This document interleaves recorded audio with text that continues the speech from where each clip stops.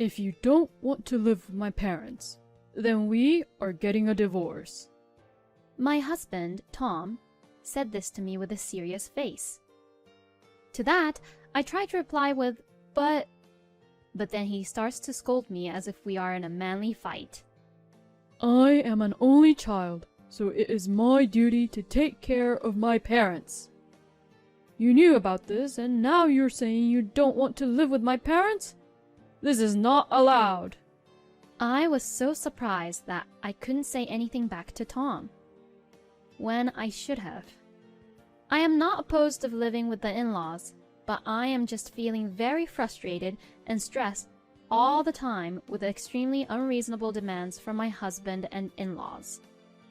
Since my husband, Tom, was an only child, he seems to have been raised with a lot of, well, too much love from his parents.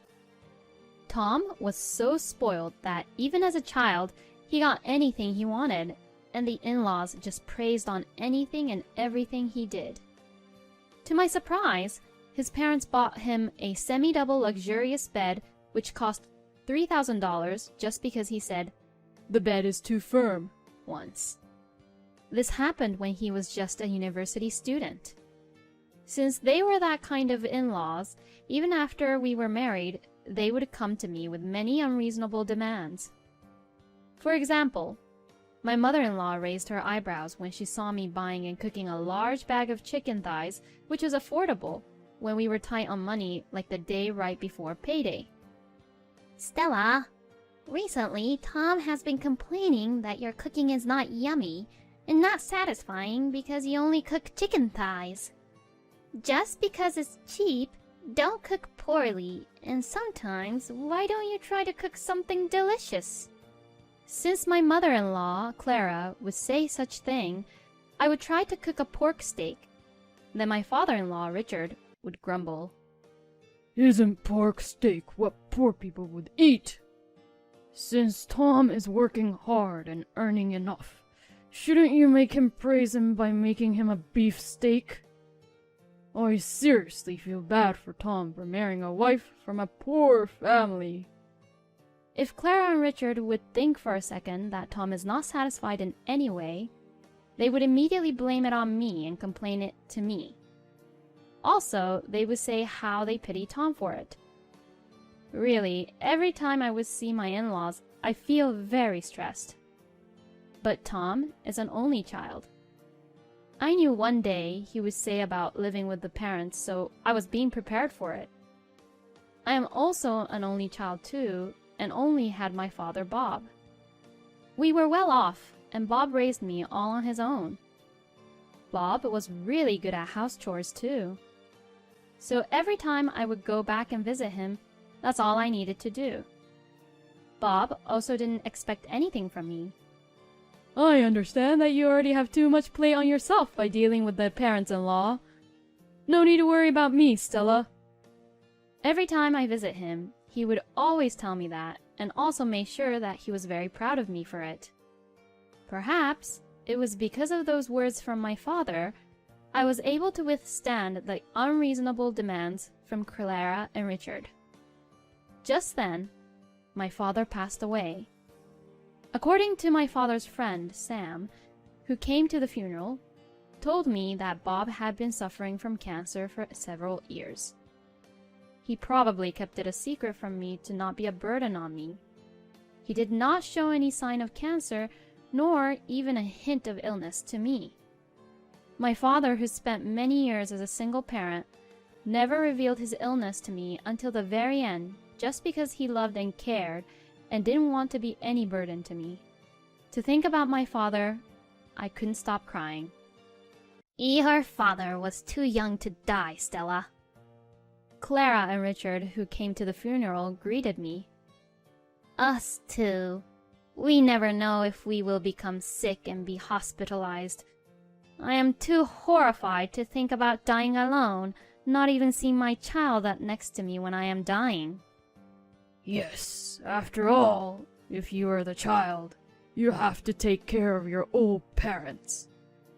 We are getting old too, you know. Instead of grieving for my father, nor caring for my feelings, Clara and Richard implied that I was the filial daughter, and that they pity my father, and above all, she pressured me to take care of them as Tom's wife. Since what they were saying to me was so rude, I was about to say something back, but then I saw my father's smile in the portrait. It's okay. Don't worry about me. You are doing a good job, Stella. My father's words and his kind smile came back to my mind, and I managed to swallow the words that were almost coming out. It was near the end of the funeral that I discovered that my father's estate included a large tract of land in New York. Sam, who had kept the will, handed it to me. Such a big land, and is one of the nicest places in New York. It will be a waste if you don't use it wisely. Back at home, I was reading the will when Tom snatched it up from me, and after he read it, he spoke to me with excitement. Hey, what do you think about building a two-family house here and living in with my parents? Don't you think it's a great idea? Two-family house? I was too shocked. I just repeated the words.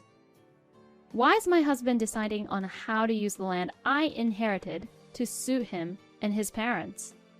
It's too early to make a decision about it. Let me contemplate about it. What are you saying? There's no need to contemplate about it. For this kind of things, you should make fast decisions. Besides, I have been thinking about how to live with my parents for a long time now. Then came with this inheritance of the land. Perfect! I bet God is telling us to build a two-family house on this land. Don't you think so? I don't think so at all. There wouldn't be a God who would suggest such thing. I took a very deep breath and told him, Wait, since I am the one who inherited this land from my father, let me contemplate on how to use this land. Wife's things belong to her husband's also. Tom yelled back at me. Besides, you have been living off my income, and when you inherit a land, you're saying it only belongs to you, and you alone. Isn't that too convenient? If you are saying such things, then stop using my money. I didn't say it belonged to me and only belonged to me. Since I am the one who inherited it, I have my say in how to use this land, and I wanted you to hear me out about it. If you have a better idea than mine, I'm all ears. Tom crossed his arms and glared at me as if to say something. I can't think of any because it's too sudden. See, I knew it. There isn't any better idea. Wait, let me do my researches and let me choose the best way to use this land. We don't have that kind of time to contemplate on it. Tom turned his back to me. At this time, I couldn't talk to him any further. After this conversation about the inheritance of the land, I tried several times to discuss about it, but Tom would not listen to me at all. The only thing he would say back to me is, "We're building a two-family house." Sam, whom I spoke to briefly at the funeral, called me to check on me several times because he was concerned about me. Now that my father has passed away, Sam was my only source of comfort, and thanks to him, I was able to keep my feelings into perspective and remain unbroken by Tom because Sam was listening and hearing me out on what was happening between Tom and I. After about 6 months had passed, someone claiming to be an employee of a major house building company called me. The house you have ordered is about to be completed, and we were wondering if we could set a date for your final check. What? Ordered house? I repeated in a questioning tone, and the person on the other end of the phone sounded puzzled as he explained. He said the house was ordered to be built 6 months ago. Tom, what is this about? Did you order a house to be built behind my back without mentioning it to me? I asked Tom on the same day, but the answer I got back from him had no sign of apology. You were taking too much time to contemplate, so I went ahead and decided for you. But you just did it without discussing it with me, which is horrible. If I didn't do what I had done, you won't listen and just be unreasonable and nothing will get decided at all. What do you mean by unreasonable? Is it wrong for me to have an opinion on what to do with my land? It's not your land. I said it before. Wife's things belongs to her husband's also. Don't make me repeat. But you could have said something about it to me. Tom just sighed loudly, purposely, and said, "What a pain in the ass," under his breath. You don't want to live with my parents that much, huh? That is not the point. I have the right to have a say in how the land is used. Anyways, if you don't want to live with my parents, let's divorce. I was surprised at how quickly this conversation went. Is my husband threatening me for a divorce just because I don't want to listen and give in to his idea of building a house to live with his parents? But I am an only child, and it is my duty to live and take care of my parents. You knew about this, and you have no right to say no to it. And this is the reason why I have left Tom. I had no hesitation signing the divorce paper. I was treated in such an unreasonable manner. My love for him was gone, and I have nothing but frustration and stress from Clara and Richard. Both Tom and his parents told me to get out, but I preferred it that way anyways. My only regret was that they took my land, which my father had left me away from me. I called Sam and told him what had happened to that land. That must have been hard. His voice was filled with sympathy, but soon became powerful. But don't worry, we'll get that land back. What? Without answering my question, Sam just smiled. After the divorce, I was living in an apartment. I was looking for a job which I was having difficulties, but I was in no rush. I already had a well-planned-out plan for a stable life in the future. My only concern was the land I had gotten from my father. I didn't understand what Sam meant, but I still decided to wait and believe in him that everything would be all right because he was my father's friend. Then, I received a phone call from Tom. Hey, you signed a contract to build a mansion on that land. Why didn't you tell me so? You framed me, didn't you? What? What are you talking about? I just got sued from the construction company because I built the house already on that land. Since he called me when I was meeting up with Sam, I made a gesture of questioning what Tom was talking about. Sam just smiled at me and took the phone away from me and started to talk to Tom. Hey, Tom, you're speaking too loud. Everyone can hear you. Don't you know how to speak to a lady? The way you speak, wouldn't it be considered as a moral harassment? Huh? Who are you? Sam was right. Tom's voice was so loud that I could hear him when the phone is in Sam's hand. I am an old friend of Stella's father. I have heard a lot from him. Stella's father is the one who made the contract to build the mansion. He was worried that you and your parents would use this land without Stella's permission, even though Bob only left it to Stella, so he made a contract to build a mansion before his death. Why didn't I hear about this? It was written in the will. You took the will away from Stella before she could finish the last page of the will, didn't you? Also, you yourself read only the beginning of the will and felt better about it, and didn't read the will till the end, isn't that right? Sam was right. Tom did take the will away from me while I was still in the middle of reading. After he took the will away from me, he never let me read it again.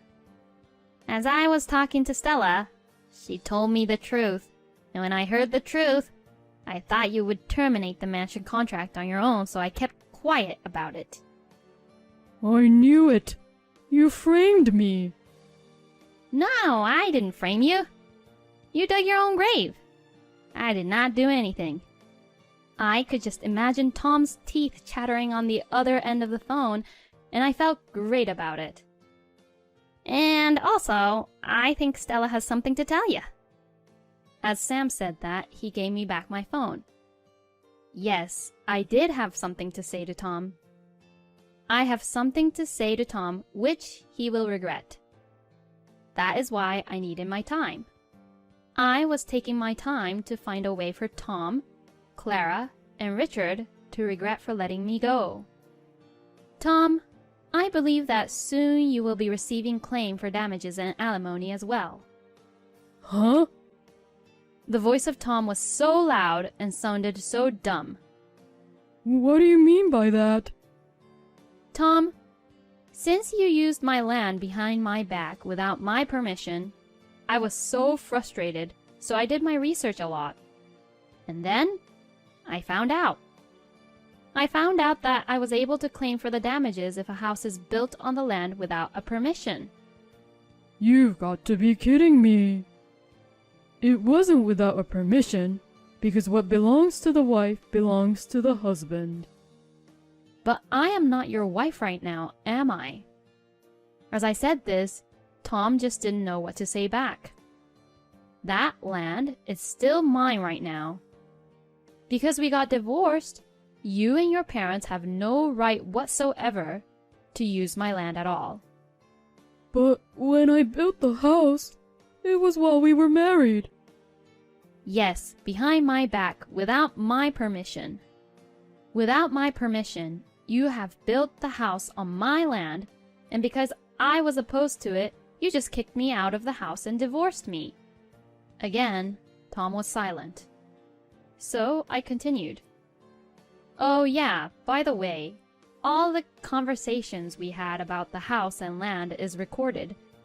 The fact that you started saying that you will build a two-family house on my land, even though I wanted to have some say in it, and that without my permission, you have started to build a house, and every time I would say something about it, you would just harass and scold me about it, but this is all recorded. I talked and submitted this recording to my lawyer. This is for the alimony. I heard Tom say, "Damn," on the other end of the phone. Then without any more saying, he just hanged up. Wow, he just hanged up. I had more to say. As I said that, Sam laughed. Haha, you had more to say? Stella, you go, girl. I know, right? Sam, you're pretty mean too. You didn't tell me about the mansion. I could have told it to you, but I didn't know if you would be like this to Tom. I am proud of you. Sam looked so happy. I smiled. Thank you. Then, it didn't take long before Tom called again. But this time, he didn't call with thuggish attitude like before. He was so upset that he really sounded like he was about to start crying. Stella, I am sorry. I am truly sorry. You're the only one for me, and I still love you. So let's get married again. I can't believe you now. After all you put me through? I know, I am sorry. I'm very sorry. I'll apologize as many times as I have to. No way. If I get married, you and your parents will get together again and pick on me, won't you? I won't do that. I knew why Tom was so desperate to have me back. After consulting with my lawyer, Tom and his parents had to tear down the house and give back the land over to me. If that's the case, Tom and his parents, who had already moved out from their original home, will have no more place to live at all. In addition to the mansion construction company's lawsuit, there is the eviction from me. They would have no other choice but to abandon the house Tom had just built.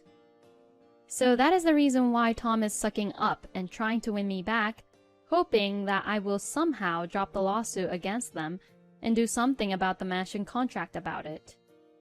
Or there were other ways I could have helped him. For example, I could just purchase the house Tom has built. If I buy the house from Tom, of course, it wouldn't be the full price Tom has paid, but at least Tom and his parents will get some amount of money. With this money, they could have started a new life. However, since they tried to take the land away from me, I was not going to show any mercy at all. So without any of their say in it, I decided to have the house they'd built to be demolished. After Tom and Clara called, then Richard called. We are old and we don't have much more time. At my age, I can't imagine being onto the streets. I will apologize if I've given you such hard times. So can we have another chance? But I completely refused to comply with their demands. In the end, Clara hysterically cursed me, "You devil," but this was nothing more to me than a howling of a loser. I replied, "Whatever." After that, the demolishing of the house was completed and the land was given back to me. As scheduled, the mansion was built on my land. There are many tenants and I have a very steady income.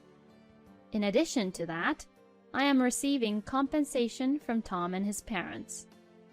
I'm getting transferred a reasonable amount of money every month. As for Tom and his parents, they have moved into a very cheap apartment and is managing to get by. They are in quadruple payment disaster. The damage compensation and alimony to me, the loan of the house which was demolished, and the damage to the mansion construction company. Not being able to pay his bills by his income now, Tom is working a second job. Clara started a part-time job, and Richard is working by cleaning restrooms of a shopping mall. Since Tom, Clara, and Richard have a tight bond, I hope they will continue to cooperate and work together to pay me and the construction company off. I will also keep on checking on them to make sure the payment will not be delayed. I won't lend a hand to them for sure, though.